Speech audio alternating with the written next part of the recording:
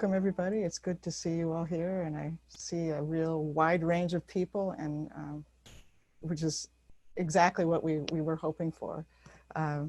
We're in the time between, first of all, I just want to say thank you to Tony. I was just saying before we started that one thing I've learned about doing these sessions is that you never do it without a moderator, and Tony is a master, so thank you, Tony. So we're in the period between Passover, which is the holiday when we left Egypt, and Shavuot, the holiday when we will receive the Torah 2 weeks from tonight. And it's really, according to our tradition, the Jewish people, or the people of Israel, we were called then, were completely united at the moment of receiving Torah. And while we were united, we were also still individuals, of course, and people received Torah as individuals as well as a community. And it seems appropriate that our community is gathering together now to study Torah during this time. Really appreciate Rabbi Samuel of the Federation reaching out to me at Jewish Family Service and giving the message that we are one community, maybe standing beneath the mountain, which we'll talk about in a minute, but standing together beneath the mountain, receiving Torah together in a way that hopefully is communal as well as individual, with space for everybody to have their own interpretations and their own view of what Torah reception means. So with that, I want to jump in to the text. And you either have a text in front of you, and Tony put the link in the chat box. If you don't have it, don't worry. You can just listen. We'll read things. Although there are some pictures, so you might want to just download it if you are able. All right, so we're going to start with the story of receiving the Torah. It happened 3 months after leaving Egypt. We are at Mount Sinai, and in chapter 19 of Exodus, we get the story of what's going on. And it's, God says to Moses, listen, I'm going to give them, they're going to make them my people. And Moses, and tell the people this, and the people are told this. And in verse 8, the people respond, Ve'anu kol ha'am, yachtav, vayomru, all the people answered together, saying, Kol asher diber Hashem na'aseh, everything that God has spoken, we will do. And then Moses tells God that they said, okay. So then God gives Moses more instructions, where they can stand, where they shouldn't stand, what they need to do, what they don't need to do for 3 days. And then Moses brings the people forth in verse 17 towards God from the camp. V'yityatzvu b'tachtit hahar is the Hebrew of what happens next, which means they stood at the foot of the mountain. That's what it means. However, our rabbis understood it very hyper-literally, tachtit meaning tachat, underneath the mountain. And they understood it in source 3, they stood at the foot of the mountain meant that the Holy One, shekafah HaKadosh Baruch Hu alehem et hahar kegigit, held the mountain over them like an overturned tub and said to them, Im atem mikablim Torah mutav. If you take the Torah, if you'll accept it, great. The imlav, but if not, this will be your burial place. In other words, do you want it or do you want to die? At which point they said, okay, we'll take it. Not much of a choice. And the Talmud goes on to say, this is a problem. Because if you accept an obligation under duress, then you haven't really accepted it, according to Jewish law. And Rashi says that, it says exactly that. This is a disclaimer for us. We received it under duress. We don't have to do it. And I wonder, like, why would they even, they already said they would do it. They already said, Na'aseh will do it. Why do the rabbis feel like it has to be given to us under duress? Rabbi Samuel, you want to respond to that? Sure. It's also just to explain the background, it's time in which we approach Matan Torah, the giving of Torah. And there is a tradition of flowers, of the scent of flowers being around Har Sinai. So I thought that in honor of the festival of Shavuot, to bring a little bit of greenery and foliage to our learning. So being under duress is not something that is a pleasant experience, really.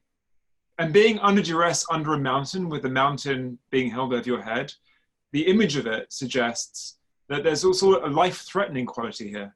Is they're not just under duress, is they're going to be annihilated if they don't answer. And this threat of annihilation is what motivates them to say, yes, we'll do this.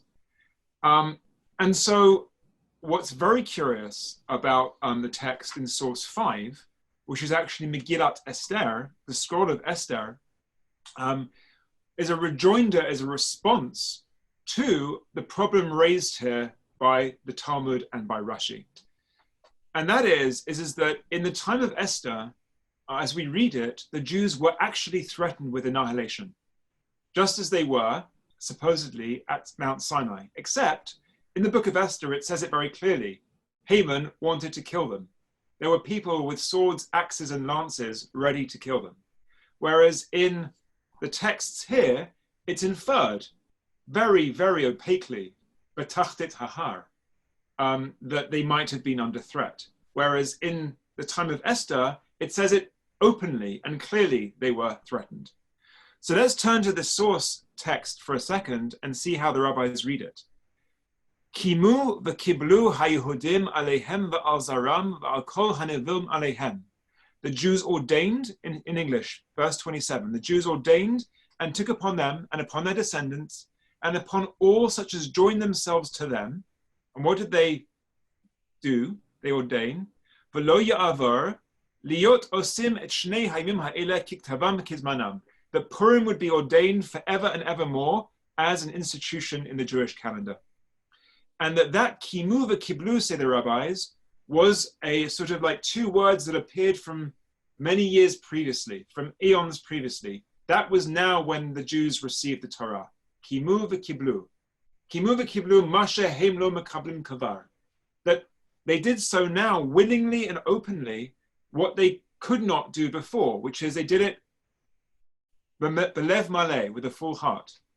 Except, as commentators actually say, hang on a second. They did this only after there was the threat of extermination. So I ask you, do we need to receive the Torah with an extermination complex? Is that what we have to do? Do we have to enter into a sense of being exterminated in order to fully receive Torah? Because that's what these texts seem to suggest. Well, I would take it a step further even and say, is revelation, is there something about revelation that requires the fear of a mountain over our heads? In other words, is revelation, can we receive revelation without a mountain over our heads? And if I think about what's going on now, we're living with a mountain over our heads. I see. Can I speak louder? Sorry. Hopefully you can hear me better. It makes me wonder, what change the mic coming better? Is this better? If I hold it like this, better? Okay. Thank you for letting me know. Great. I wonder about what we learn as a community when the mountain's held over our head, when we're under duress. And is there something that that opens for us, as Julie is writing here? Does something open for us against our will? And did the rabbis think, did the rabbis think maybe we were gonna, some people would say yes, some people would say no, you all have to be here. You all have to learn together right now. So I'm gonna hold the mountain over your head. You're all gonna get under the mountain and you're gonna experience this together. Yes, and out of the comfort zone. I don't like the idea that we have to be out of our comfort zone in order to receive Torah, but maybe we do. That idea of being out of one's comfort zone to receive something true, it feels right. It feels that if we are in patterns, in tame and taming patterns, where we feel comfortable and not discomforted, that then we are likely to hear the voices that we always hear, the same reassuring narratives you know, of, to quote the Hebrew, "Kochi v'otzem yadi asali et hachayil hazeh." You know, my strength and my self-reassurance and my self-reliance, this is what I'm doing in my life, I feel. But when we step out of that narrative, or we're thrown off that narrative by something, our texts tell us that that is a moment for revelation. That is a moment when often we get the small, still voice that just sort of niggles at us and says, there's something out there that you might want to be listening to. You know, the universe is trying to teach you something. That feels very resonant. Right. But as Laurie's writing here, what about free choice, right? And this is the tension we're dealing with here, right? I mean, we're setting up the issue, which is, yeah, we learn a lot, but we don't learn it freely. Or maybe we do. Maybe what you just said with the source from Esther is that eventually we do come to learn it freely, but initially perhaps not. To Laurie's point, that's precisely what Esther's seemingly trying to teach, although it's complicated, which is at the time of Esther, they had free choice. That's what the text is saying. Right. Although it's complicated by the fact that only moments before they were going to be annihilated, actually. So it doesn't quite work. It's only trauma that presents itself as now we have free choice. So I think that even the text that tries to prove that the Jews had free choice is complicated by what came before. So this is what we're going to discuss, actually. So there's an image that's on the frontispiece of your packet, which is an image of, it's called The Ending of Ending, and it is by Edward Basualdo. It's called Teoria, actually. And in Teoria, which is a part of a wider piece called The Ending of Ending, is a papier-mâché and aluminum boulder. It is not a real boulder. This image is taken from Montreal, where I saw it first. I saw this is an image of this work of art. One could find it in the Musée des Beaux-Arts in Montreal, where it was hanging for a couple of years as part of a wider work. I've experienced standing underneath this work of art and believing. We've been speaking about as if, right? Ki'ilu. We keep returning to this motif of believing as if, of going underneath something like this and imagining what would happen if that cord snapped. You know, what would happen? Well, actually what would happen is that we'd be flattened by that. So now imagine a mountain. So scale this up a few times. That this idea of something very heavy hanging over our heads is what Mount Sinai is suggesting. The motif of Mount Sinai, if we read as if wrenched from Mount Moriah on source 6, is actually a very old motif. It is the motif of the oldest mountain going in Jewish law, L-O-R-E, and that is the moment of the sacrifice of Isaac. That Har HaMoriah, which of course is the mountain which God shows to Abraham, the Har Hashem Yira'eh, that he says, I will show you the mountain. This is the mountain that produces Mount Sinai. It's also the mountain on which the temple is going to stand. Source 6 from Midrash Tehillim. The Sinai mehechan ba, and from where did Sinai come?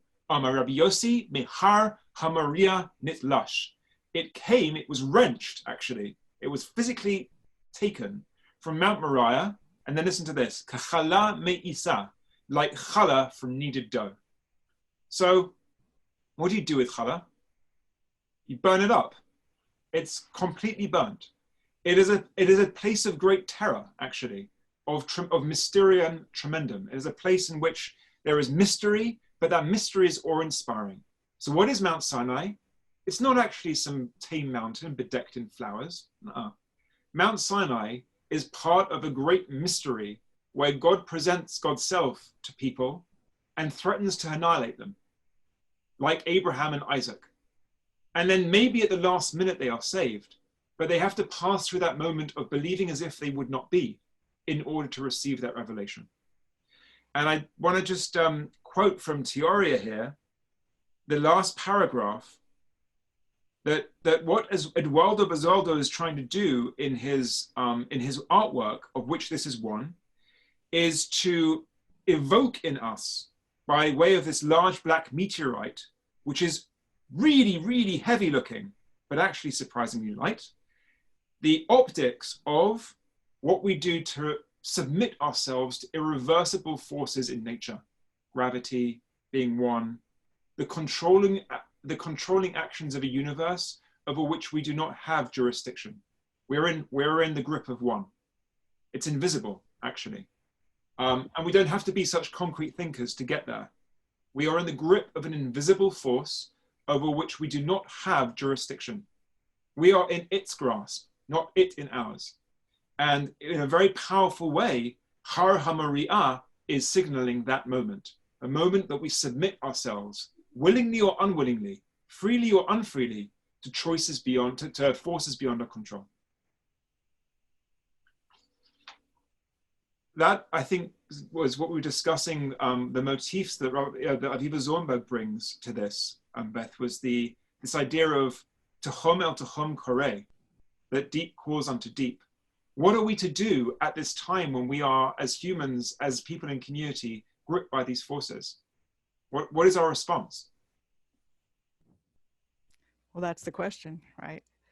We're I think, well, one of the things that Aviva Zornberg says in section source 8, she's talking about communication taking place between depths, you know, in the voice of many waters, in the mountains shaking.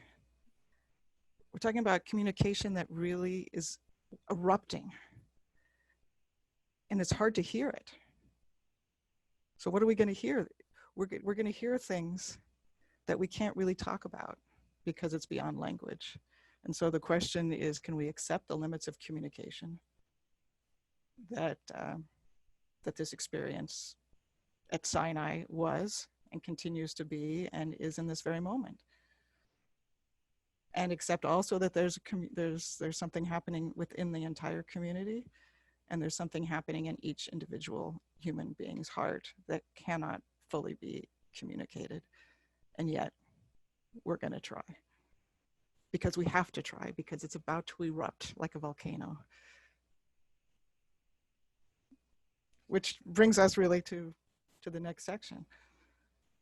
This is for me one of the most both compelling and troubling things about this experience right now.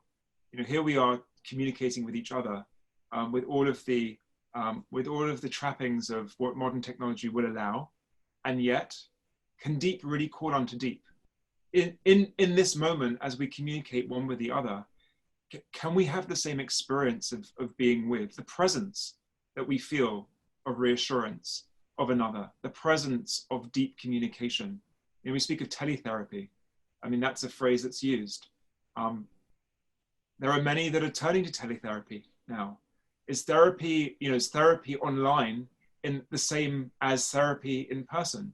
You know, there are many who've written articles about the quality of presence, that is actually presence that is a very large part of, excuse me, of what a therapist brings. Wow, that was Freudian. In what a therapist brings to this practice, which is the complexity of human endeavor in communicating, the crinkles at the eyes, of the mouth, of what it means to communicate deep to deep. That is what the mountain is, I think, partly. And the need to communicate could be an erupting need, like the force of all of us desiring to communicate in ways which we just can't is pressing on that. And the wider context of Theoria, the ending of ending, you will see the self-same meteorite stuffed into a cavity, a small space, in this case a garage. This is the earlier version, and then turn the page to see a figure, you know, looking up at this brooding presence in a garage. Imagine that space. This is our space, and what is filling our space? I would like to argue that it's the need to communicate, that the building need to communicate deeply and really is what many people are feeling. That's how I'm feeling. Right. And I think that is what revelation is. It's God wanting to communicate with us. And can we hear it? And what, of course, is God, if not, for me at least, on some level, really experienced through you, through other human beings. And so the divine need to communicate parallels the human need to communicate.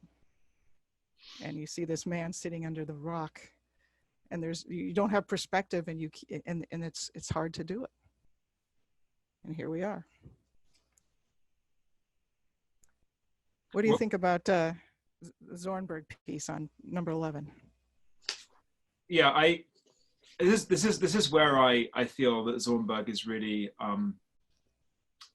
both a thinker and writer who speaks to the hour that we're in.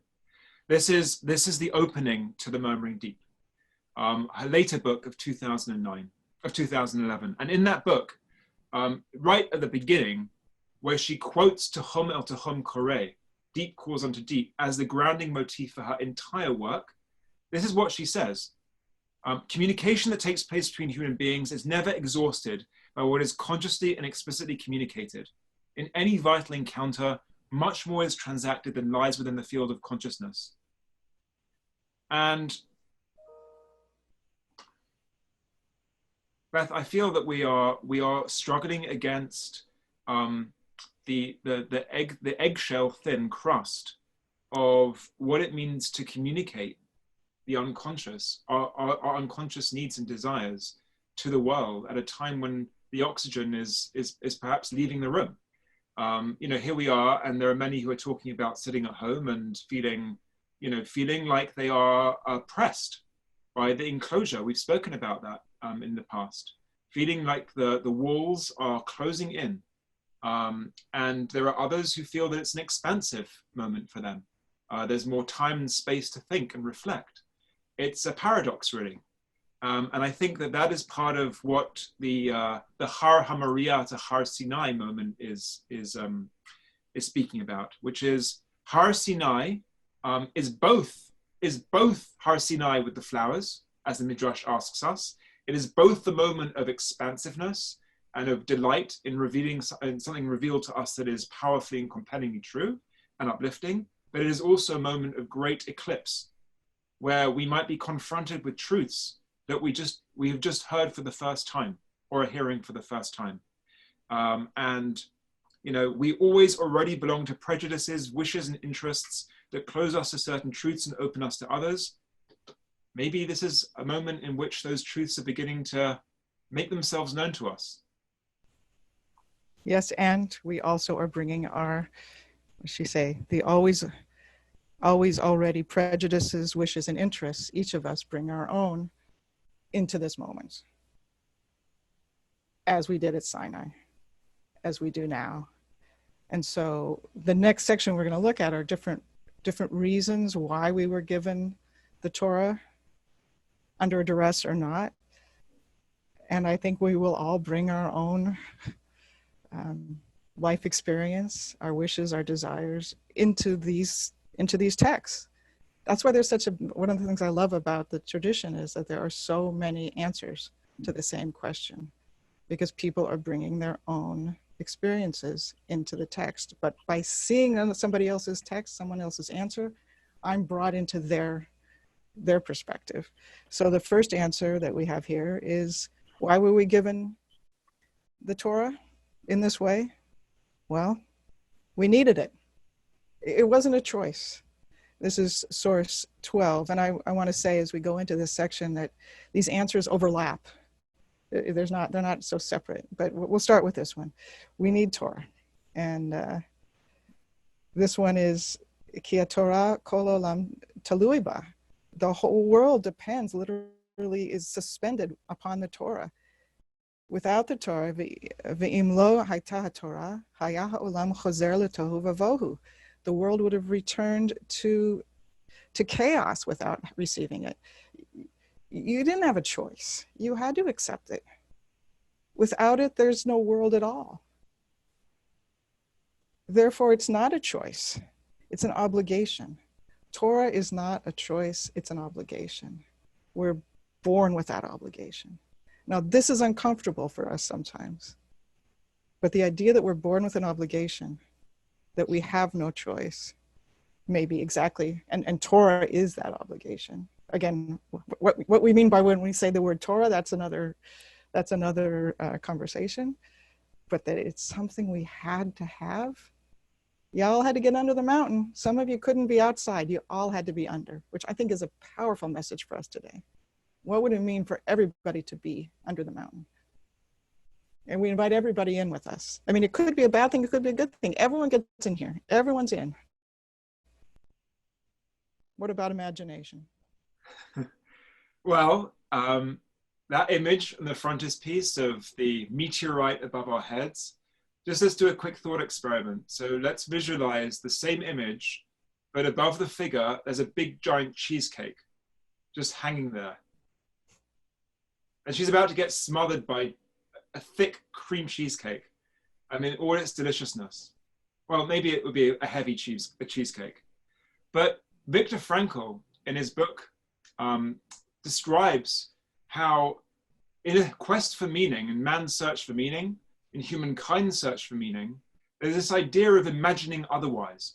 So there he is in possibly the most oppressive of all environments, and he's imagining himself, as he says, in an auditorium, lecturing students about this experience and how it will lead to his theory of logotherapy in due course, as it did. I remember that passage it was very powerful for me to read it, because what he says is ultimately, between stimulus and response, there is something, it's called choice. And this is to the question about free choice. Between the stimulus, which is what is presented to us in reality, and response, that is our response to it, there is a human choice as to how we react.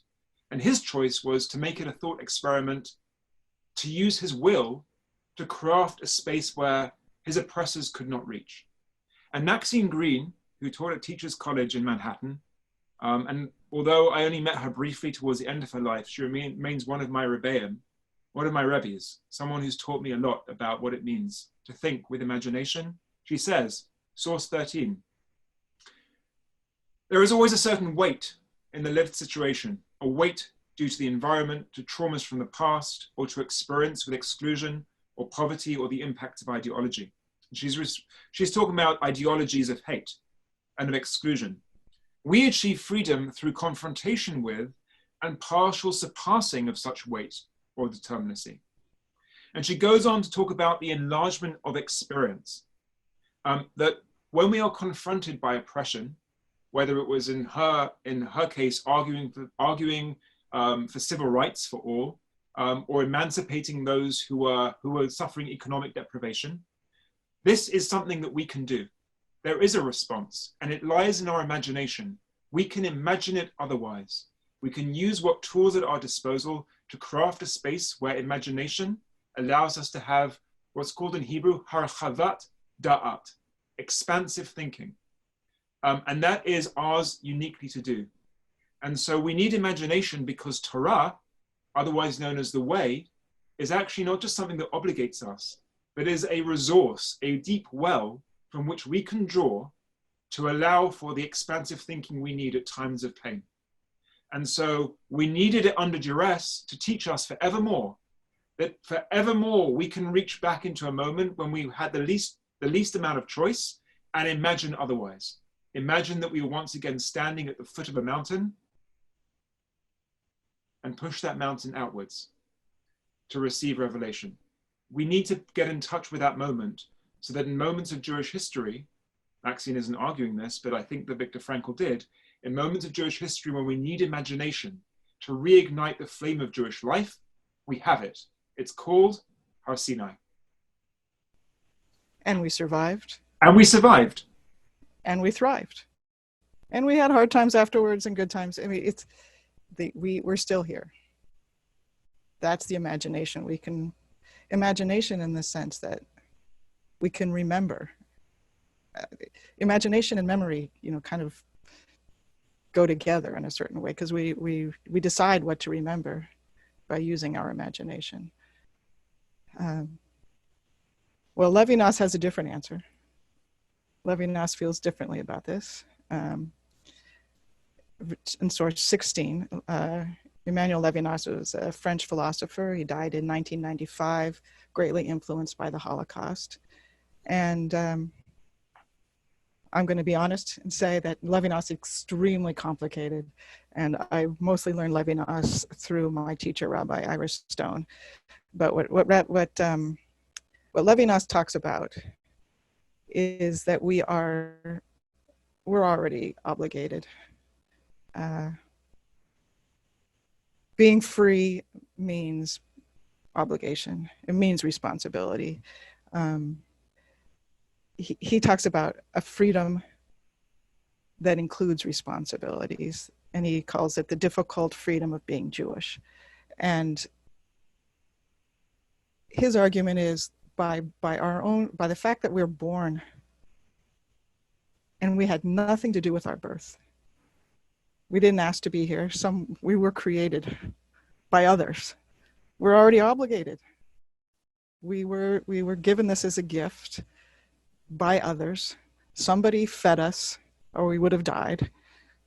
An infant cannot survive on their own. We are born obligated. As we become adults, we realize we have obligations. We didn't create ourselves. And he would argue the obligation was already there. It wasn't about a choice. You don't get a choice when you're already obligated, when it was there already in the first place. I see you, I'm obligated. You're in pain, I'm obligated. We're under a mountain, all of us, and I just want to let you know, we read as many of these comments as we can as they come through, but sometimes it's just hard to read everything. So I think I noticed Julie said, we're all under the mountain right now. Yes and no, we are all under the mountain, but we're all experiencing it differently. But yes, we're all under the mountain, and we're all obligated to each other to take care of each other one way or another. So these are all different ways of trying to get around this issue of consent. But at the end of the day, do we need consent? I turn us to the source 17. We really can't get around it. Levinas says we don't need it. We're obligated already. We're under the mountain already, and I would say here we are under the mountain, against our will perhaps, but here we are. What are we going to do? The mountain of this virus is on top of us. We can complain about it, we can fetch about it, but it's here. Now what? Consent or not, now what? Torah, we have it, now what? Michael Sandel, who's when writing this, was a fellow at the Shalom Hartman Institute in Israel. That behind this, what he's about to say about Sinai is an argument between Rousseau and Kant.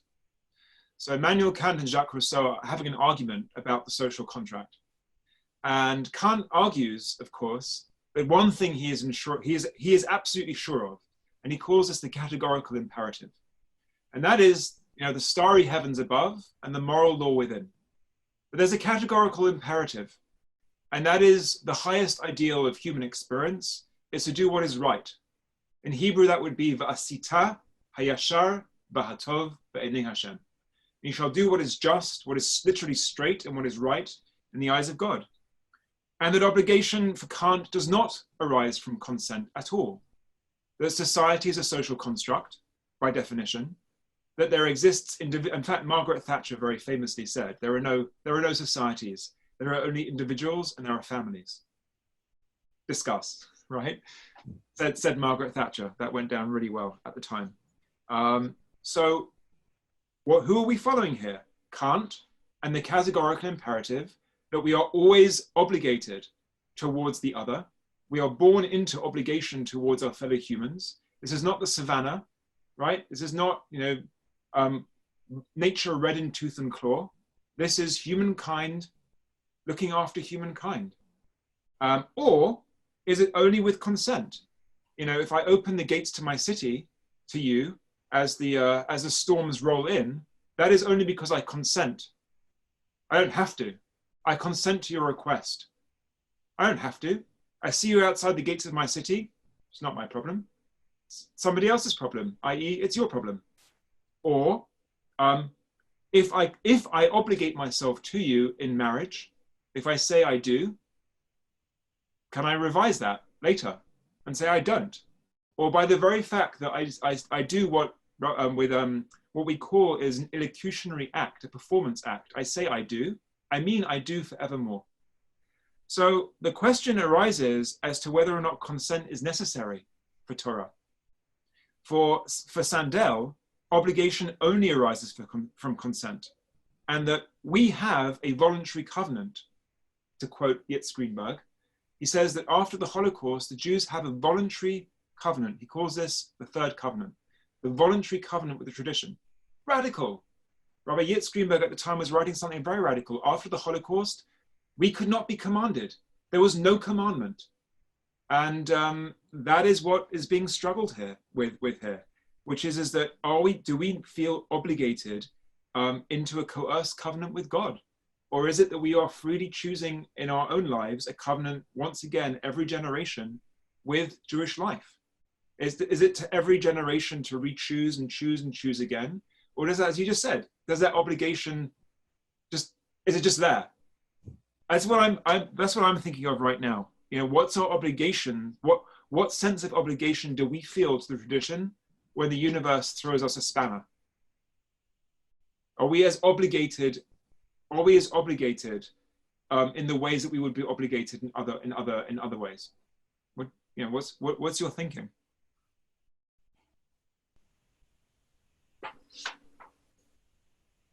Right now, I think, I'm pausing because I think about a lot of different answers. I think the question is the most important. I know that drives some people crazy, but grappling with this question and the extent of my obligation and whether I'm obligated and what that means, to me, is what it means to be a Jew. Being a Jew is grappling with these big questions and never being comfortable. I know people don't like that either, but it's in the discomfort and in the grappling that we become better people and that we become a better community and that we ultimately come to relationships that are deeper and more meaningful, and which in the next section, a relationship of love. Because if I care about it enough to grapple with it, it's a sign also of, on some level, of my love for this tradition and for people. I see Marcy, it's good to know I'm Jewish, grappling a lot right now. Well, yeah, if we're not grappling right now, who are we? If we don't feel a mountain over our head right now, who are we? And that could be even if you're feeling expansive. You're feeling like this is a time that you're expanding, acknowledging also that other people aren't is part of the experience as well. So I actually prefer the next section of understanding this covenant not as a burden, although I think and sometimes it is. I prefer to think of it as a gift of love. Now, having this virus is not a gift of, does not feel like a gift of love in the world. But Torah during this time does feel like a gift of love. And do you want to talk about David Hartman's piece here on number 18? Yes, Rabbi David Hartman, Alav HaShalom, was known as a firebrand. Those who had the privilege of hearing him give drashot, of hearing him speak, will know that he was a fire and brimstone kind of guy. Right? He wasn't softly in any way. I sat in the front row once. Yes, I know. Oh wow! So I only met him later in his life, and I learned with him then. But I was told that when he was younger, even more so. There's a great YouTube clip out there, by the way, for those interested, of him at a Lion of Judah conference with Hillary Clinton. If you type in Hillary Clinton, David Hartman, Lion of Judah, he's just on fire. They both are, actually, as it happens. So that's the background to this. So he was all about the long dark night of the soul. I mean, as a character, he naturally understood this idea of being tormented. I think he was somewhat tormented by existential angst as a person. He was very connected to Rav Soloveitchik Alav Shalom, to Leibowitz, and he really connected with the more existential aspects of our tradition. And he says that God is not revealed to Jews in the lonely night of the soul, in the deep struggle of the individual mortal who seeks eternity, but in the creation of a community at Sinai. Which is why it's doubly important to know that for Rabbi Hartman to say this is to recognize where he believes God is revealed. I think that he would naturally hear a voice he might call God in the long dark night of the soul. But here he pivots to say that actually Sinai and covenant needs to be born in the creation of community. It is not in the individual experience. And that is, I think, a pivot which makes his claim really radical. That God's self, if one could call it, is heard most in the call of community, among others, whatever that means. The voice that is the clarion call for community is also the voice that is most powerfully God, as best we can talk about God, in the creation of a community at Sinai. I don't know how would you respond to that claim? Well, I mean, I think about people, and myself included, that in nature, that's where I see God, right? People will say that to me all the time, and I certainly experience that myself. And that's an individual experience, but there is something very powerful. Yes, as Mindy says, when we sing with others, when we are together with others, there is something about the communal experience that that opens us potentially to great love. And when I feel God's presence, again, we use, I hate to use that word because we mean so many different things by it, but for me, that experience of being in community and feeling that love and connection to others is an experience of God. My experience of God comes through my relationship with you. So in source 19, this is part of our liturgy. God's love for us is connected to Torah, and it's in the evening service and it's in the morning service every day. Another version of the same prayer, God's love, and this paragraph precedes the Shema. Avat olam beit Yisrael amcha ahavta. With everlasting love, you have loved the house of Israel, your people. And how do you show your love, God? You gave us Torah and mitzvot, commandments. And every day we feel that love when we lie down, when we get up. If you look at this paragraph, the word love, ahava, is in there 4 times. They are our life, the length of our days. It's what keeps us going, this Torah, this gift. God here is a loving teacher. We say this right before we say the Shema, which is our central prayer. And after that, we say, and we love you, God. We love you. There's this is a relationship of love, not of coercion. And this is what Hartman's arguing, I think. But it's interesting. It's a communal relationship. I want to argue that it also has to be an individual relationship as well. And I think he argues that as well in the next source on some level. He kind of rejects the metaphor of kingship, of father, as the lead metaphor. Of course, every metaphor has its own use, but for our purposes now, maybe the better metaphor, and you see in the bottom paragraph, prefers the metaphor of a loving spouse, devoted teacher. That's a relationship that does not require reward and punishment to play a significant role in the covenantal relationship. They are not frameworks of absolute power of one covenantal partner over the other, but frameworks in which the integrity of both partners is recognized. And the human partner is enabled to feel personal dignity and to develop capabilities of responsibility. These are the metaphors that illustrate my understanding, this is Hartman speaking, my understanding of the Sinai covenant as mediated by the Talmudic tradition. Now, of course, we know, we've seen other pieces, we know that, there is the whole coercion piece.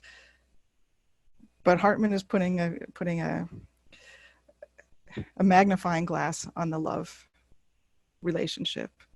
On when you love somebody, you help them. You needed the Torah. I gave this to you as a gift of love. It's like,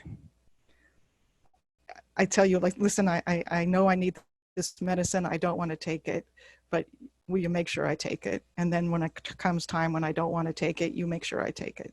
That's what a loving relationship is, where I can really depend on you to help me with what I need, and you can depend on me to help you with what you need.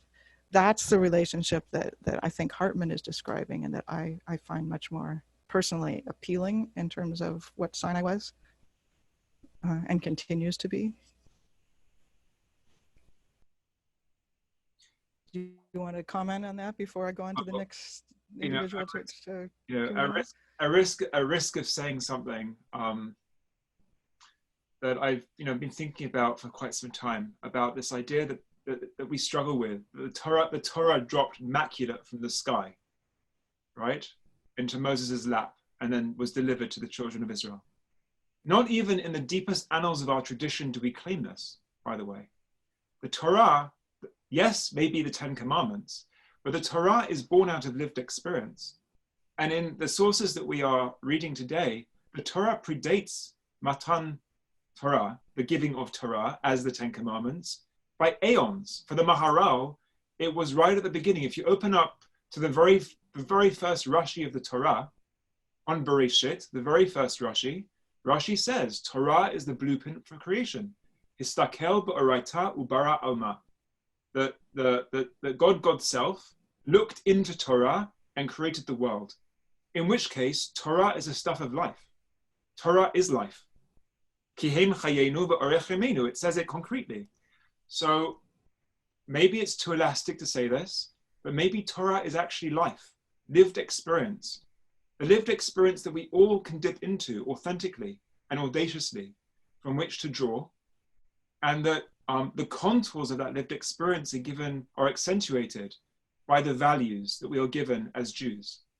But they're not just the values we're given as Jews, they're also values that we see in the world around us, values that we can come to of our own choice, of our own free choice and volition as human beings. And that therefore, this idea of the metaphor as God as teacher, or of the partnership between partners in life, is that a truth emerges from those relationships between teacher and student, between partners in life. And there are deep truths that are very subjective to those relationships that are only uniquely theirs to have, which I think brings us to the next source, about revelation that is uniquely ours. That what we can see in this time is uniquely ours. I see Marcy has commented here about grappling with this, and also being expansive at the same time, and what space we are having at this moment to do that. Consider the individual and the communal right now. Let's go there. Let's see what emerges in the more individual response.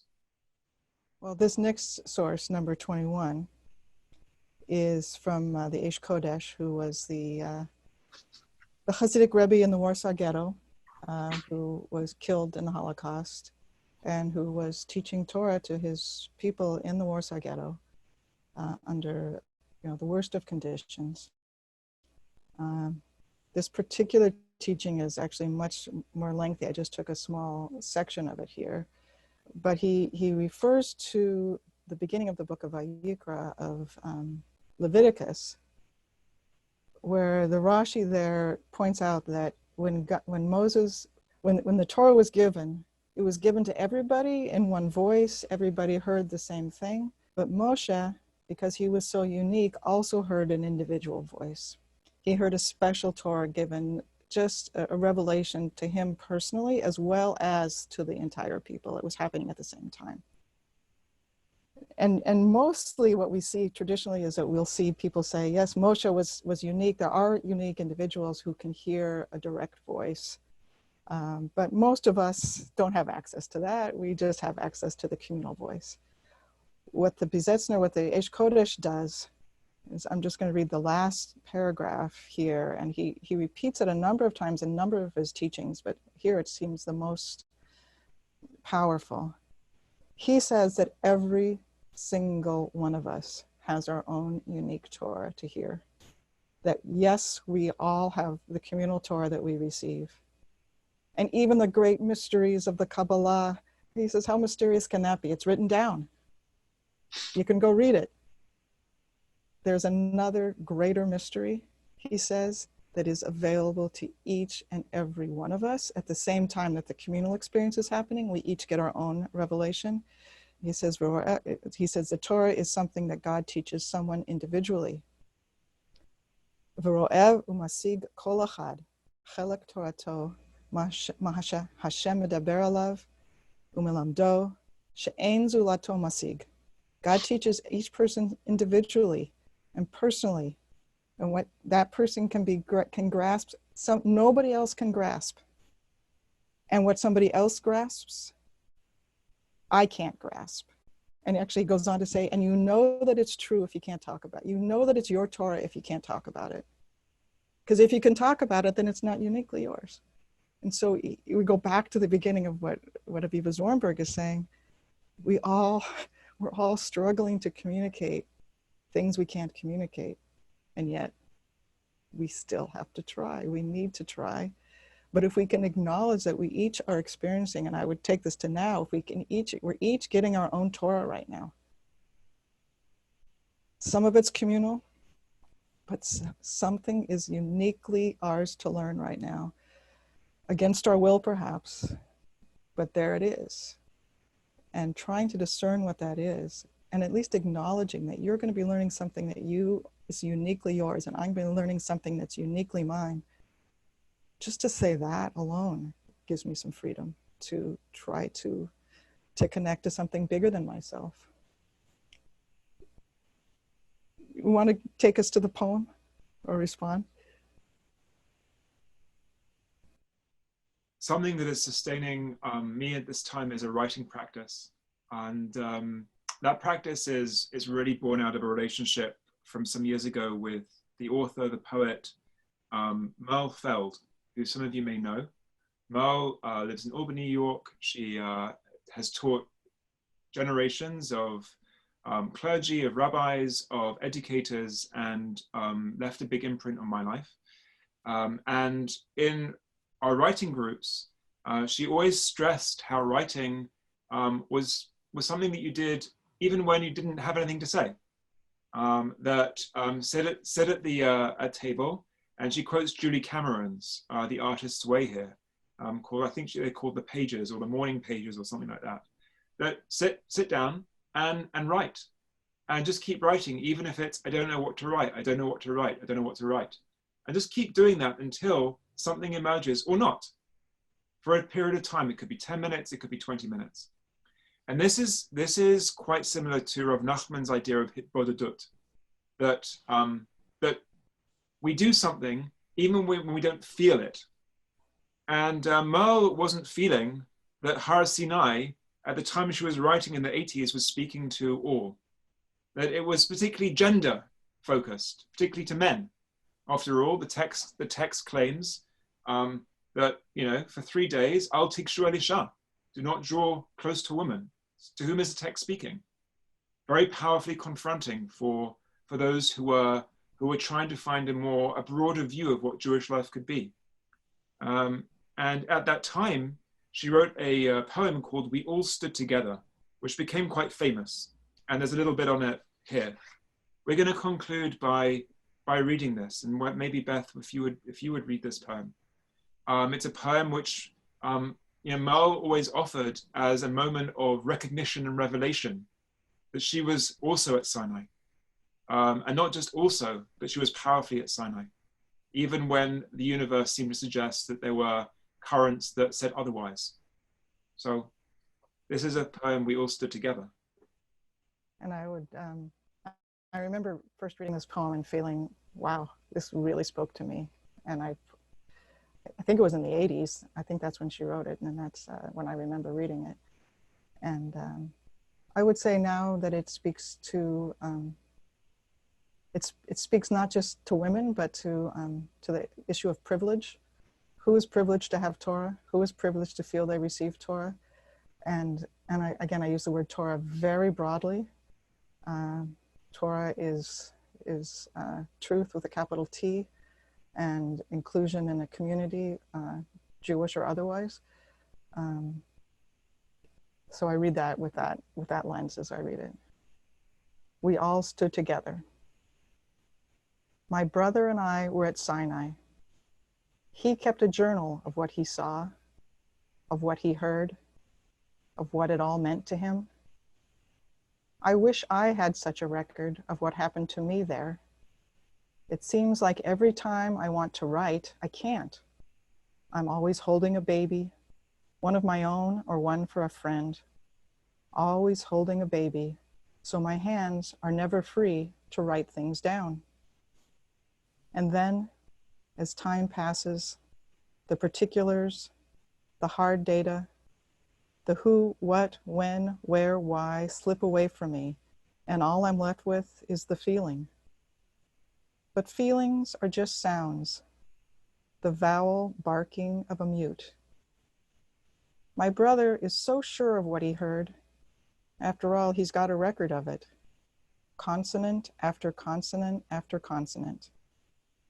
If we remembered it together, we could recreate holy time, sparks flying.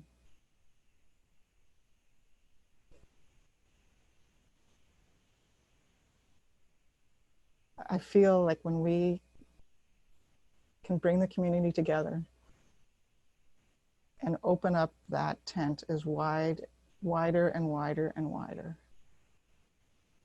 we will recreate holy time, even during this very, very difficult time. Every experience is an experience of revelation against our will, through love, because we need it, whatever it is. We're all under that mountain together now. And may we receive Torah together. And may we continue to gather together in these ways. Ken Hiratson.